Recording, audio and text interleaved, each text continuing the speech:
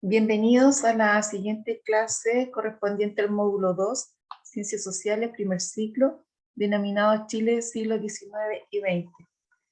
Les muestro aquí, les comparto la portada del módulo 2, el cual hoy día trabajaremos en casi su totalidad. Agradecemos nuevamente a Emprende que gracias a su gestión nos tiene aquí convocados a objetos de contribuirles a ustedes a alcanzar una meta como son los estudios secundarios. Les invito a tener consigo un vasito de agua.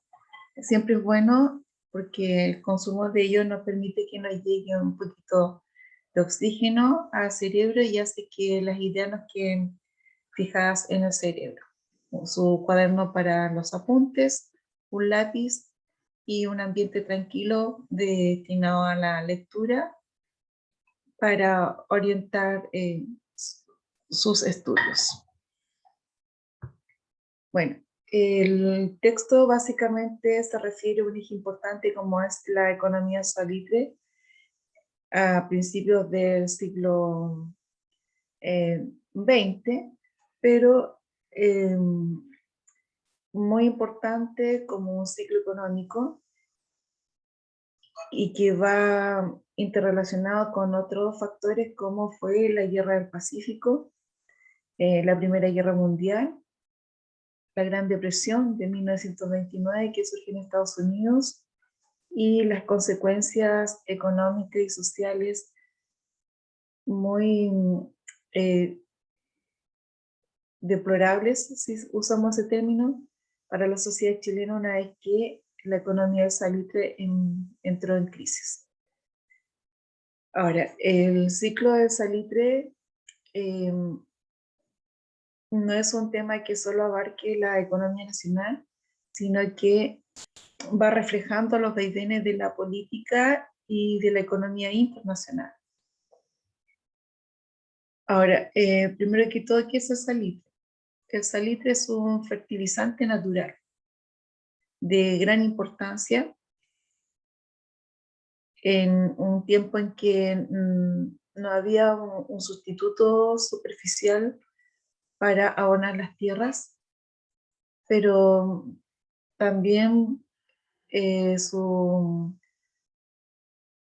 utilización produjo algunos avances impensados para la época, como por ejemplo en los viñedos chilenos, los vitivinicultores utilizan el salitre como fertilizante, ya lo había dicho, pero sin saberlo iba a ser un gran antídoto a distintas plagas que asolaban a la vid. Por lo tanto, fue una utilización que iba más allá para lo que inicialmente se pensaba. Ahora, la producción de salitre, como les señalaba, tiene varias aristas y de eso se trata la presente unidad. Primero que todo, vamos a hacer una contextualización de lo que está sucediendo. Ya a fines del siglo XIX, en Europa se están gestando en forma secreta distintas alianzas porque temían el poderío e invasión de otras naciones. ¿Ya?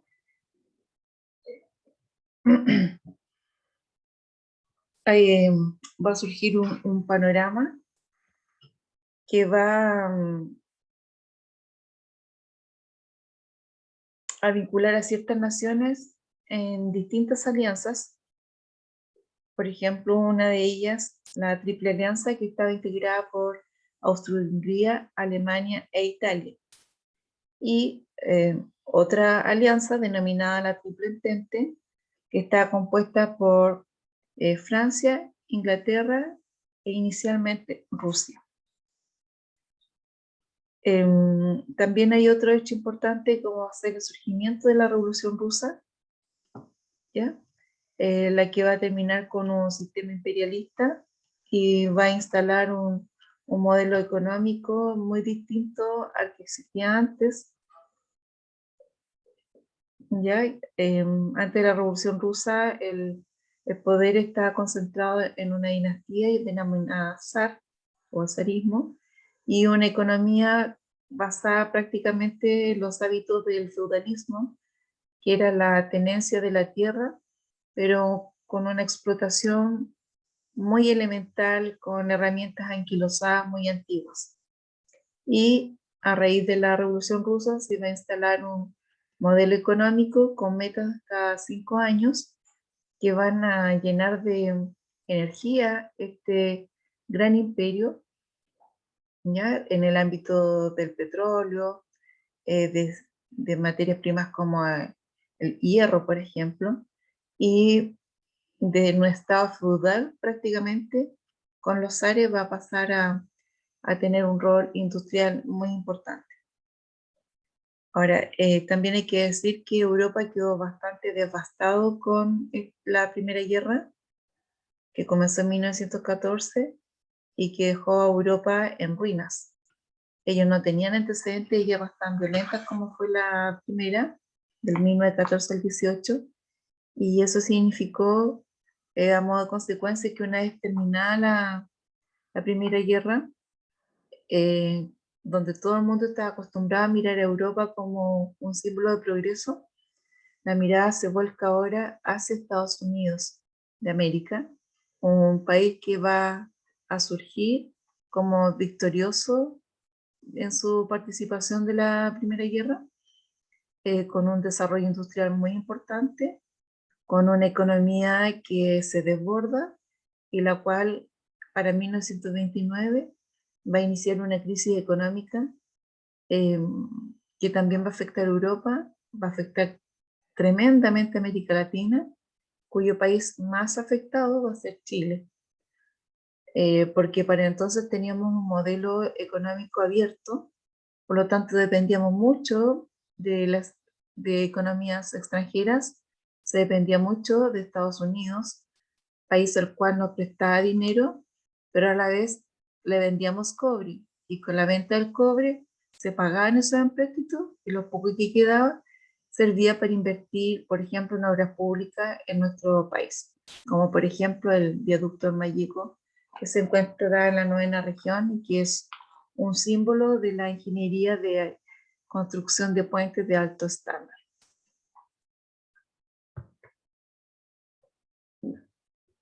¿Qué pasa con la inserción de Chile en el contexto internacional?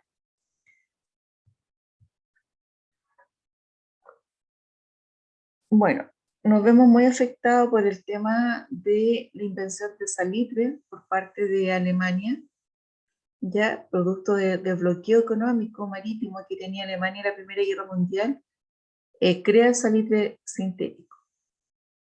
Otro hecho importante es que había muchísima producción salitrera.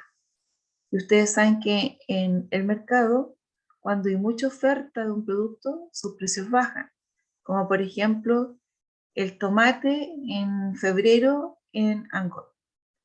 Hay una producción nacional que llega a Angol, pero también hay una producción de tomates a nivel local. Entonces, con tanta oferta de tomate, obviamente baja ostensiblemente su valor. No así caso contrario.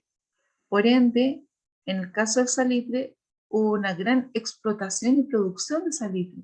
Se puso mucho salitre en el mercado y eso influyó para que bajara el precio internacional, que trajo como consecuencia menos ingresos al país por medio de los impuestos que pagaban los industriales salitreros. Por lo tanto, eh, ese va a ser un efecto eh, que va a afectar al territorio.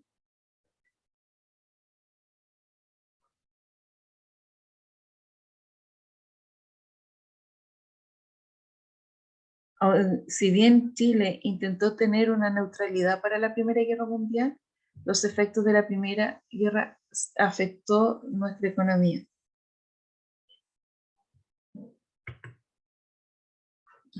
Aquí tenemos entonces a la Triple Entente, ya con un pasquín de la época. Recordemos que la Triple Entente estaba compuesta por Francia, Inglaterra e inicialmente Rusia. Digo inicialmente Rusia porque Rusia con estos grandes imperios fue partícipe como de esta coalición, sin embargo por su gran problemática interna como fue la Revolución Rusa, tempranamente debió retirarse de la tierra. El hecho que está acá en esta imagen, este es un vehículo descapotable que transportaba el heredero de la corona austrohúngaro, Francisco Fernando, y que iba acompañado de su mujer llamada Sofía, la cual está embarazada. Y por otra parte de la escena está representada por unos jóvenes que eran integrantes de una organización clandestina denominada La Mano Negra. Eran jóvenes serbios que no querían ser parte del Imperio Austrohúngaro porque los serbios se sentían que étnicamente no tenían relación con el Imperio Austrohúngaro. Ellos querían ser autónomos. Estoy hablando de Serbia, que se encuentra ubicada en la península de donde se encuentra Yugoslavia, ¿ya? Y así como están los serbios con esta idea nacionalista, había muchas otras etnias locales que no querían estar bajo el imperio austrohúngaro. Por ejemplo, Croacia. Los croatas tampoco querían ser parte de estar bajo el mandato del imperio austrohúngaro. Serbia, Montenegro, croatas, los eslavos, en fin, ¿ya? Ni siquiera había un lenguaje con la cual se sintieran identificados con el imperio austrohúngaro. Por lo tanto, ellos querían tener autonomía y no ser parte de esta coalición. Por lo tanto, el asesinato del archiduque, del heredero del imperio austrohúngaro, fue la gota que rebalsó el vaso para que se iniciara la Primera Guerra Mundial.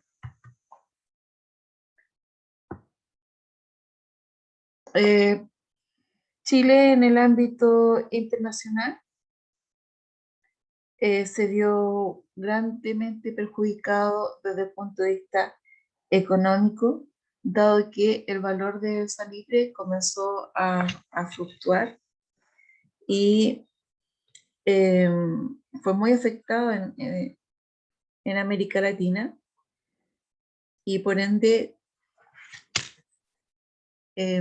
tuvo que iniciar convenios económicos con Estados Unidos. Por otra parte, otro factor en este periodo que incide grandemente tiene que ver con la Guerra del Pacífico, por una parte, que tiene solamente una campaña naval, las otras 4 campañas son absolutamente terrestres, y esta guerra en sí es una guerra por el salitre. Se denomina Guerra del Pacífico, pero en el fondo y en estricto rigor es una guerra por la dominación de las salitreras. Como consecuencia de esta guerra, Chile, al vencer a Perú y Bolivia, anexa los territorios que correspondían a esos países y los deja para sí, y por ende apropiándose de la industria salitrera que había para entonces, ¿ya? Entonces, lo más importante es recordar que la Guerra del Pacífico es una guerra por el salitre. Otro aspecto importante desde el punto de vista político tiene que ver con que en este periodo dominaba la normativa legal constitucional del país, la Constitución de 1833, que ha sido la constitución más longeva que hemos tenido. Fíjense que surge en 1833 y va a extenderse hasta 1925, es decir, transita desde el siglo XIX al siglo XX. Ahora, las leyes no son eternas, se van modificando conforme la ciudadanía o la sociedad va cambiando su comportamiento. Por tanto, la Constitución de 1833, que está ideado con un sistema presidencialista fuerte, va sufriendo modificaciones, pero con un contrapeso por parte del Parlamento. Entonces, esa esa disyuntiva en el trato entre el Parlamento y entre el Congreso y el Poder Ejecutivo representado por el Presidente de la República, va a ser un gallito que no le va a hacer bien al país finalmente.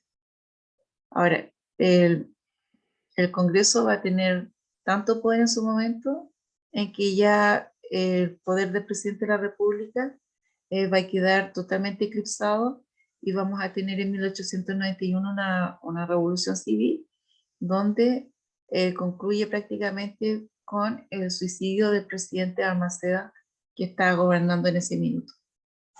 Posteriormente se vuelve a, a construir una nueva constitución hacia 1925, cuando el conservadurismo nuevamente toma el poder con el presidente Lozano.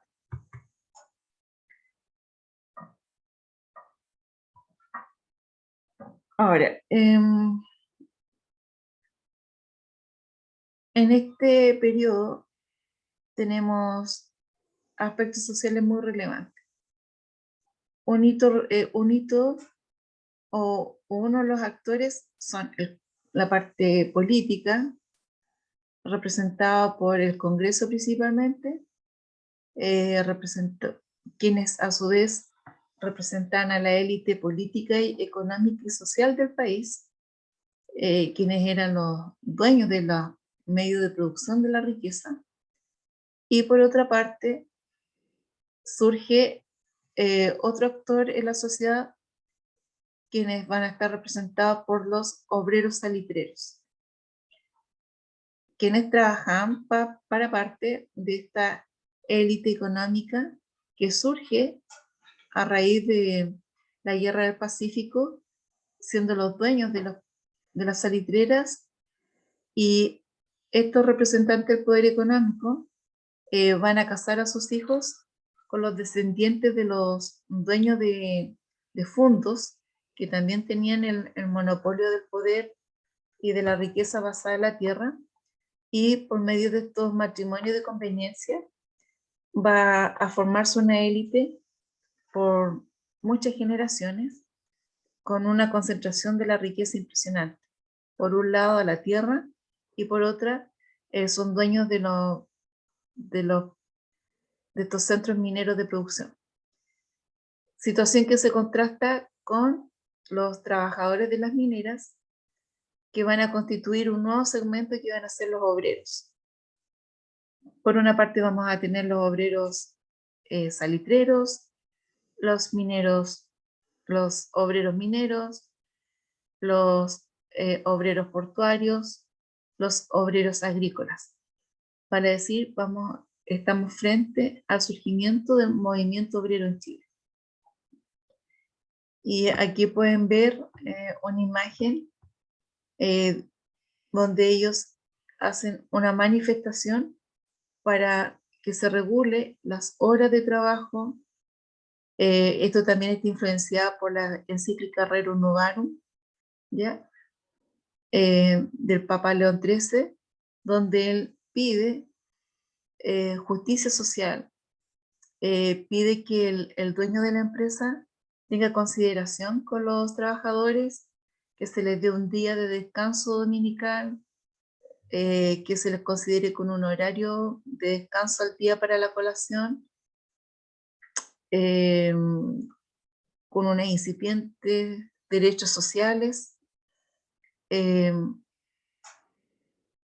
Va a ser necesario, por medio de una ley de la República, conocida como la ley de la silla, para que los trabajadores tengan derecho a sentarse para descansar durante la jornada laboral.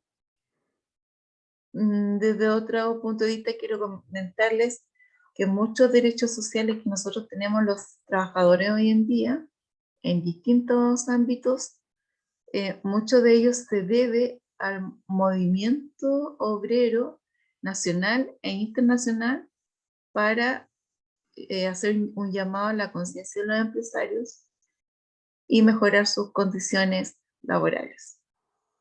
Quizás queda mucho por hacer al respecto, mucho por regular, como por ejemplo el trabajo infantil. eh, y también se aborda hoy día, por ejemplo, lo que sucede con la mujer. Si una mujer desempeña el mismo oficio que un hombre, que tengan la igualdad en su salario, en sus ingresos. ¿Ya? En fin, todavía es un tema que no ha terminado por abordarse. Políticamente en nuestro país hay corrientes conservadores y liberales. En la corriente conservadora tenemos el Partido Conservador, que es el heredero natural de la época de la colonia, cuando existían los pelucones, ya que eran las personas que eran parte de la élite y que representan eh, ese espíritu muy apegado a la corona, a la Iglesia Católica. Y en su contraparte, un partido radical que está muy lejos de los dogmas de la Iglesia y que se aleja en forma concreta por una educación más bien laica, con un mayor protagonismo del Estado para que se haga cargo de las instituciones como las que la Iglesia Católica tenía a su haber, por ejemplo, el bautismo de los niños, los matrimonios religiosos o las ceremonias fúnebres. ¿Ya? El mundo radical o el mundo liberal va a luchar porque el Estado sea protagonista de estas instancias vitales de la persona y por ende va a surgir las leyes laicas como el registro civil, por ejemplo, que va a registrar las partidas de nacimiento o las partidas de funciones, o se va a hacer cargo de la ceremonia del registro civil para matrimonios. El rol de la iglesia es preponderante con lo que ya les decía a ustedes sobre León XIII y la encíclica Rerum Novarum. Aquí, si se fijan, contrasta con la imagen del Papa, ya esta imagen que da cuenta de cómo vivía la mayoría de la sociedad chilena para aquel entonces. No podemos hablar de viviendas, son unas casuchas con un material que dejaba pasar la lluvia, la humedad, piso de tierra, sin energía eléctrica. Aquí no hay un baño como lo conocemos ahora, sino que en un ambiente muy propicio a enfermedades. Para esta época, el 60% de los niños nacidos en Chile fallecían antes de los 5 años. La cultura de la muerte infantil era cotidiana. Pensemos en la canción Rin Rin del Angelito de Violeta Parra, que retrata también un poco este periodo, ¿ya? Era tan cotidiana la muerte infantil que muchas veces no se llevaban a cabo los ritos de funeral, sino que en una quebrada cercana donde están estas viviendas eh, muy deprimidas en cuanto a materiales, y bueno, los niños fallecidos eran lanzados a estas quebradas, digamos. Eso era lo cotidiano y lo cual nos horroriza desde la perspectiva actual, ¿cierto? Porque hoy día hay se ha puesto en importancia, digamos, el cuidado de la niñez.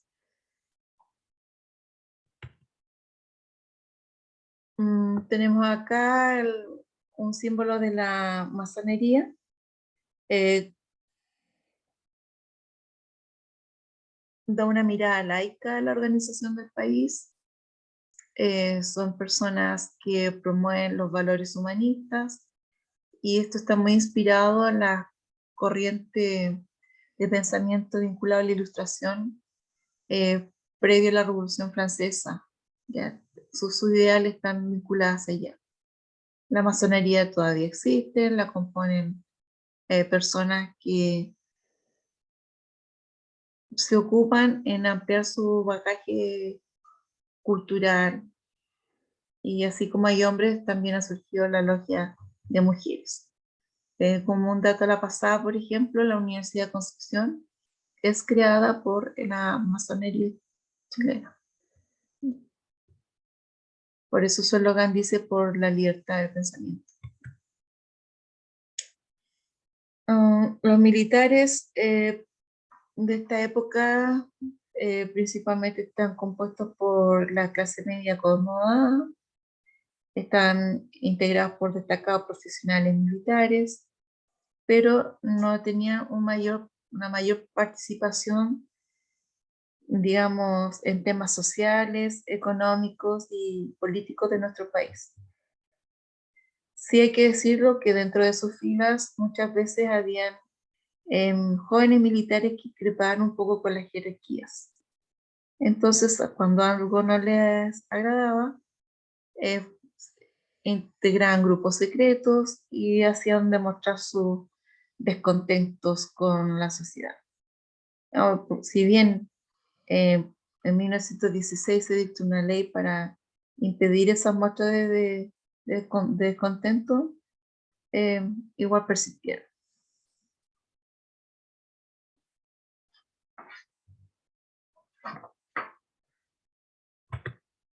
Los gobiernos de la época los tenemos acá. Federico Errázuriz Echaurren, Germán Riesco Errázuriz, Pedro Mons, Ramón Barros Luco y Juan Luis Sanfuentes. Una característica de esta época es que todos estos representantes, de una u otra manera, tenían parentesco familiar. Si no eran el suegro de, era el tío de, el yerno de, el cuñado de. Por lo tanto, ese aspecto va a resultar muy relevante y nos hace pensar en cómo la élite chilena se ocupaba en dejar para sí el poder político y por ende económico.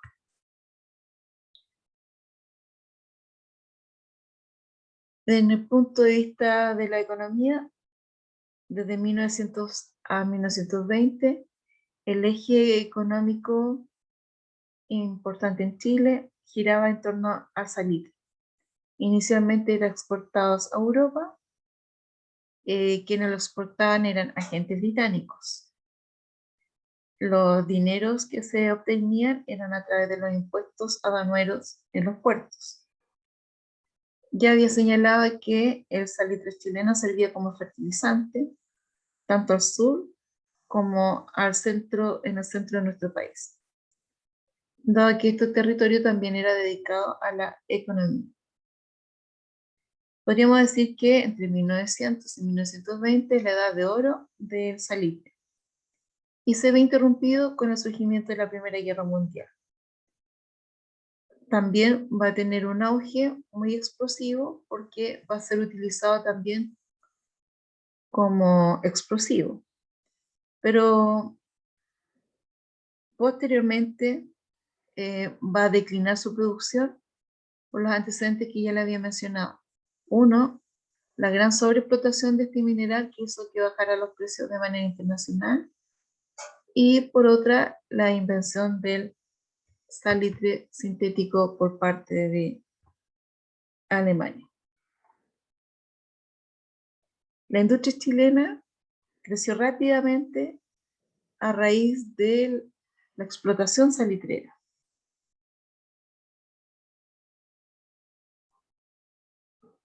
También influyó en que se iniciara la industria pesada con la creación de las locomotoras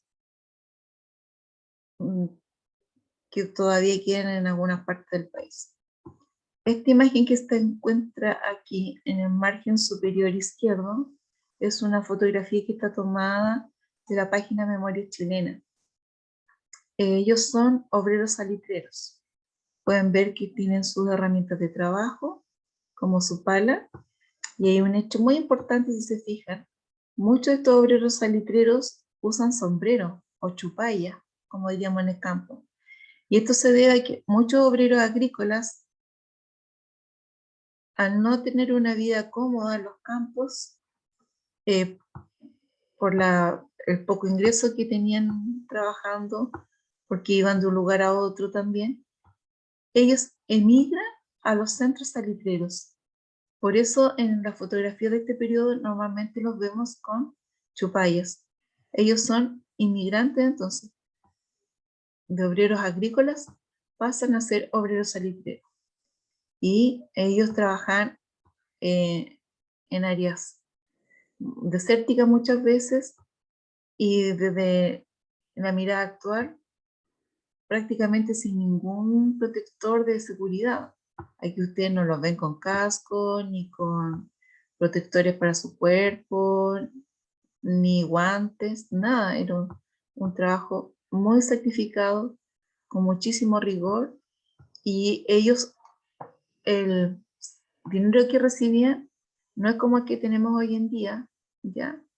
Hoy, dinero propiamente tal, ¿cierto? Billetes o monedas, sino que ellos recibían una ficha, y en la ficha iba inscrito para qué lo podían utilizar. Por ejemplo, la ficha de lleva inscrito una inscripción que decía vale por medio kilo de carne o vale por tantos gramos de hierba. Por lo tanto, ellos, esas fichas, tenían que canjearla por estos productos, donde el dueño de la minera salitrera tenía un negocio con estos productos. Aquel minero que saliera de ese territorio y quisiera ir a comprar por su cuenta a otro lugar, era ferozmente castigado.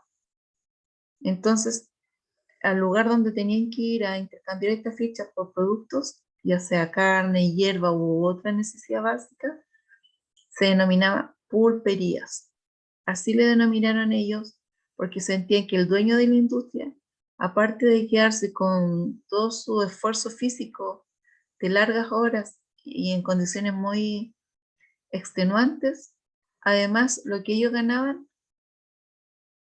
lo tenían que entregar otra vez al mismo dueño de la industria salitrera mediante estas fichas. ¿Ya? Por eso se le llamaban pulperías, porque esos negocios eran del mismo dueño de la industria salitrera, que a su vez les pagaba por su trabajo con fichas, no con dinero.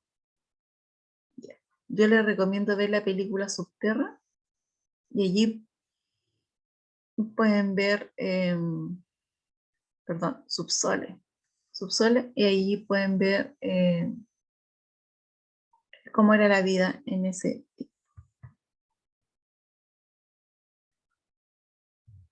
Bueno, la industria salitrera, mientras estuvo en su apogeo, permitió una inversión importantísima en obras públicas para el país. Es un tema que no se acaba de estudiar, nos agota, todavía es digno de análisis.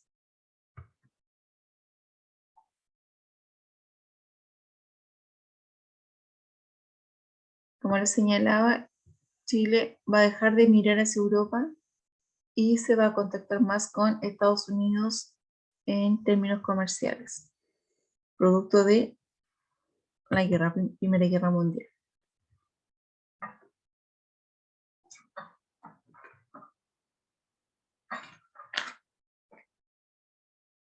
También hay que decir en este minuto que Estados Unidos va a iniciar las compras del cobre con una empresa denominada Braden.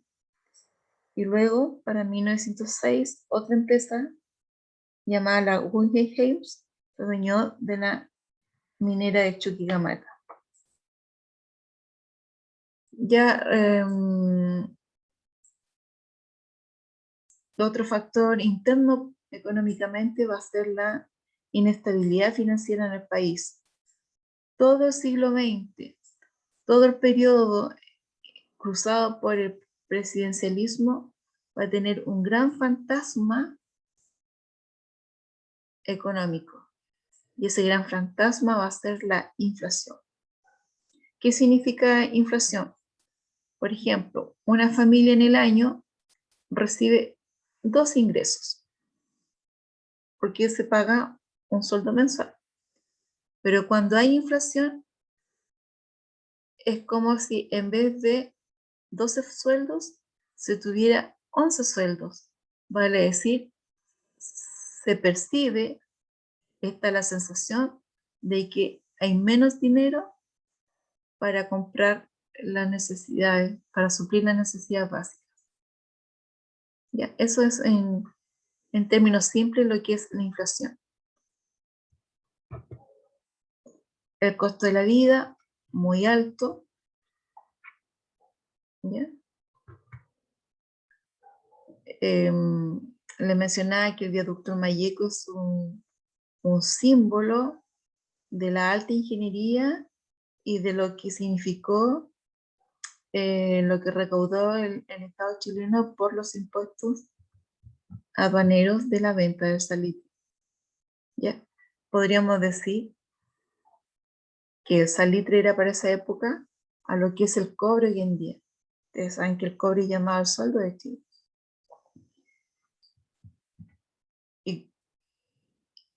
Y vean ustedes las consecuencias que ocurrieron en el país una vez que el salitre dejó de aportar económicamente al Estado.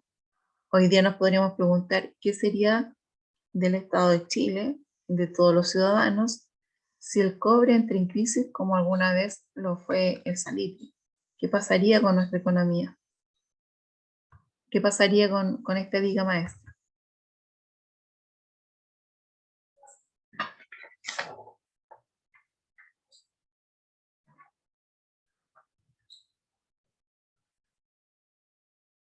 Hay que considerar que para este periodo la inversión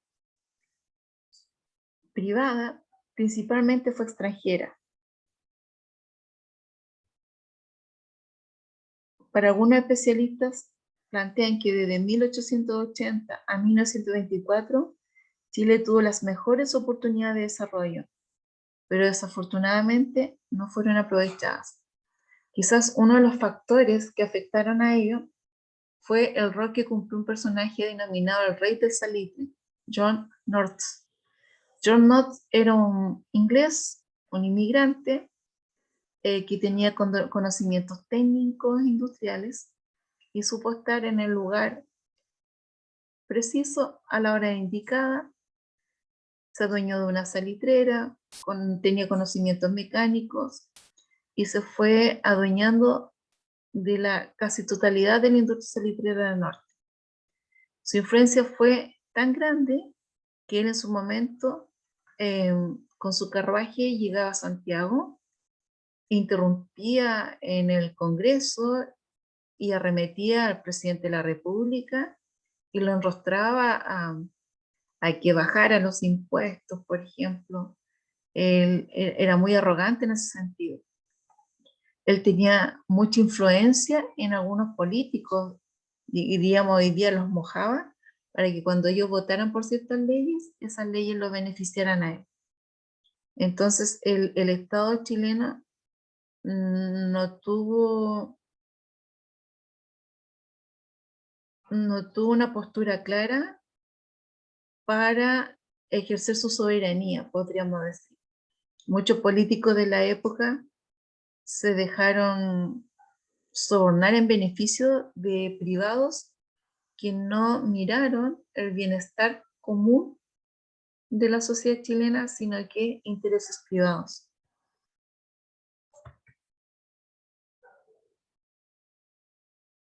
La balanza comercial era muy favorable para ese periodo. Se ganaba mucho con el salitre desde 1906, pero el cobre también comenzó de a poco a ganar terreno. Pero Chile ganaba poco debido a que prácticamente no pagaba tributos por su explotación. Chile para 1900, por ejemplo, tenía muy pocos ingresos por impuestos internos.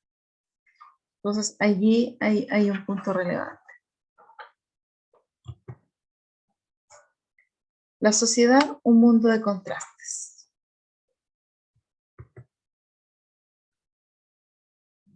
Tenemos, por una parte, a quienes están en el poder, y a ellos les vamos a denominar la élite oligárquica. Ellos están compuestos por una aristocracia tradicional, que eran los dueños de grandes extensiones de tierra o latifundios, herederos de los primeros fundadores de la República, y también por estos emergentes comerciantes, estos emergentes mineros, emergentes industrializados, que se caracterizaron, como les decía, de socialmente casar a sus hijos entre ellos y por ende asegurar los patrimonios económicos. Ellos van a adoptar costumbres burgueses inspirados en la forma de vida de los ingleses y franceses. Le dan mucha importancia al apellido y a la riqueza que ellos poseían, y de acuerdo a ello tenían prestigio sus respectivas familias, lo mismo que la educación y la cultura. Entonces, todos estos factores consagraron un estatus social. Si bien van a tener una reputación un poco cuestionada por el relajamiento moral de esta clase social, igual van a ser parte de la élite. Por otra parte, va a surgir otro sector, la clase media, que va a intentar tomar conciencia de clase a través de la FECH, una organización de estudiantes universitarios. La clase media logra un impulso con mayor fuerza a través de la urbanización. Se veían oprimidos por la clase alta. Muchos de ellos van a ser arribistas y la clase alta los va a llamar ciúticos. De ahí viene esa palabra. Dado que la clase media quería aspirar al modo de vida que tenía la élite oligárquica. Por ejemplo, la élite oligárquica es la que salía de vacaciones, ¿ya? Y esta aspiracional clase media también va a querer tomar esa costumbre. Poco a poco la clase media va a comenzar a instruirse y también a solidarizar con la contraparte de la élite oligárquica, que van a ser los obreros. Y ello va a influir políticamente, generando el origen del Partido Liberal, que va a estar apoyado por la masonería. Y tenemos otro actor en la sociedad que van a ser los sectores populares. Los varones trabajando en los campos, como les dije, como obreros agrarios o agrícolas, otros obreros, les señalaba, obreros salitreros, industriales o portuarios, depende de donde se desempeñaran, y las mujeres con mayor fortuna van a ser las modistas, las costureras. Otras van a encontrar su fuente de ingresos lavando ropa, las lavanderas. Son mujeres que muchas veces van a tener muchos hijos y van a vivir en condiciones paupérrimas. Es un periodo también de prostitución que va a ser algo muy común para la época.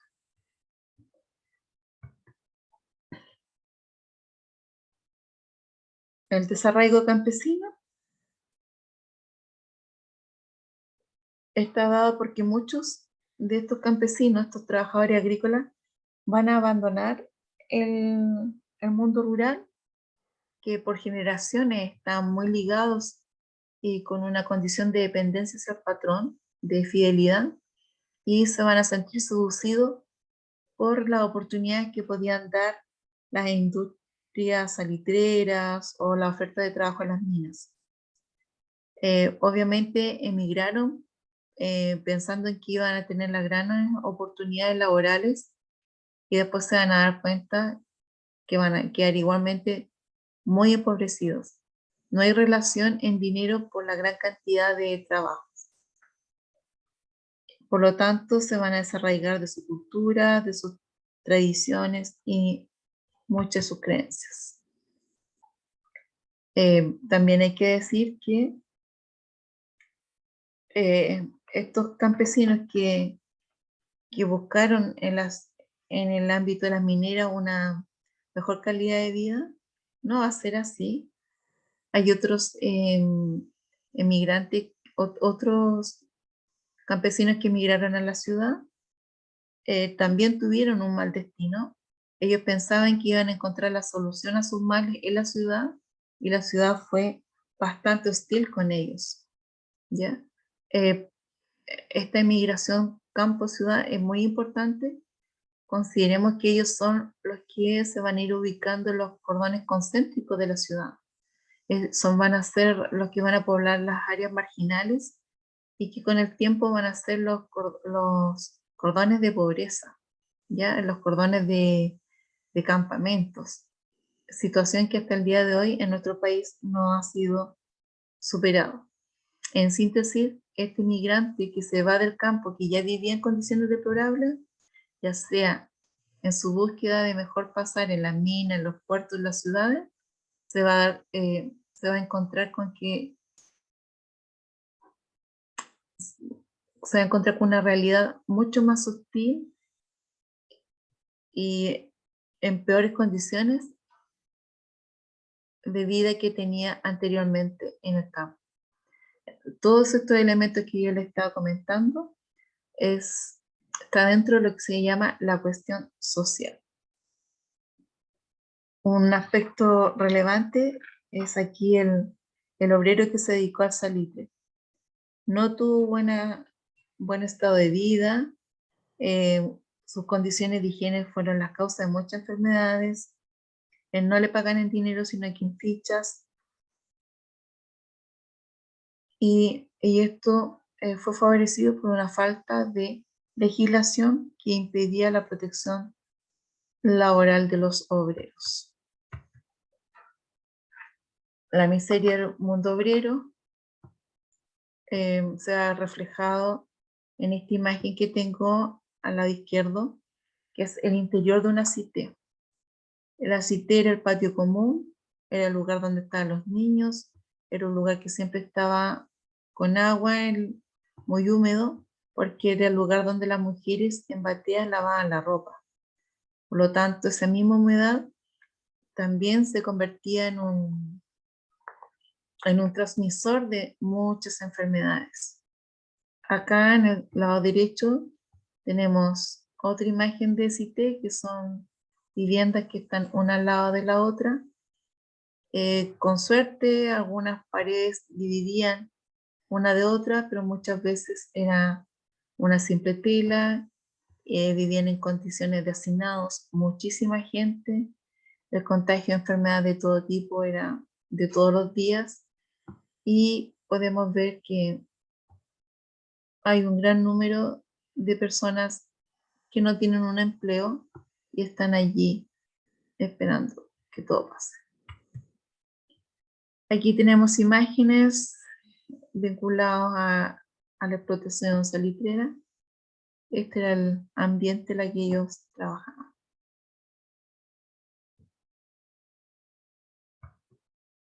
Aquí tenemos más imágenes de las organizaciones obreras, cómo empiezan a reunirse para hacer sus demandas. Ahora, estas demandas que ellos hacían, no se imaginen demandas pacíficas, muchas veces terminaban en muerte, ¿ya? No sé si han escuchado la cantata Santa María de las Flores Negras, que tiene que ver con la forma en que el Estado, ¿cierto?, los hace callar, digamos, con la fuerza pública, matando a muchos de ellos. Mucha represión. Aquí tenemos una imagen de la plaza Mont en Iquique, que es un ícono de la represión obrera.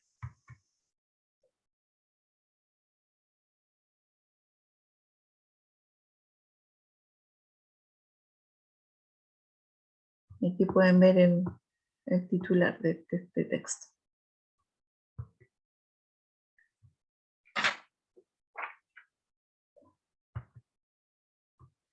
El sistema educacional está propiciado por el Estado de Chile.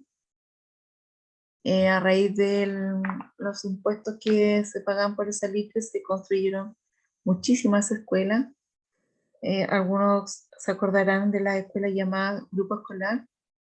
Fueron construidos con recursos provenientes de esta época. Aquí tenemos algunos de los literatos de la época.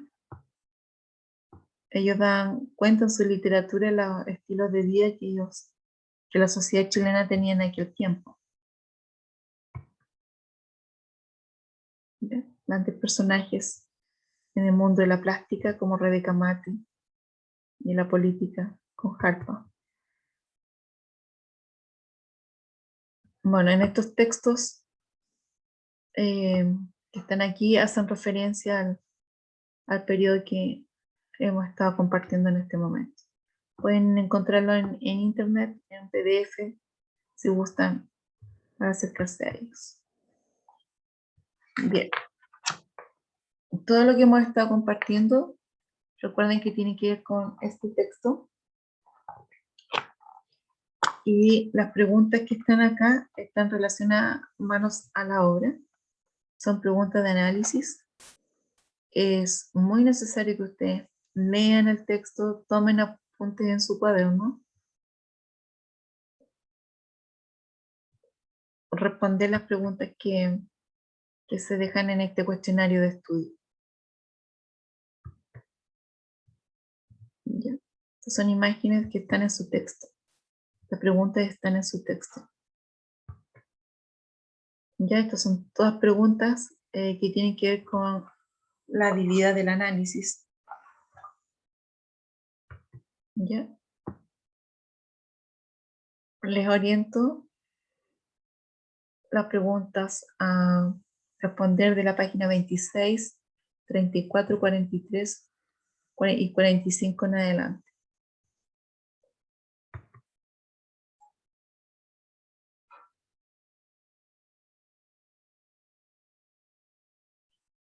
Aquí están las preguntas sobre las fichas que yo les mencionaba. Muchísimas gracias por su atención.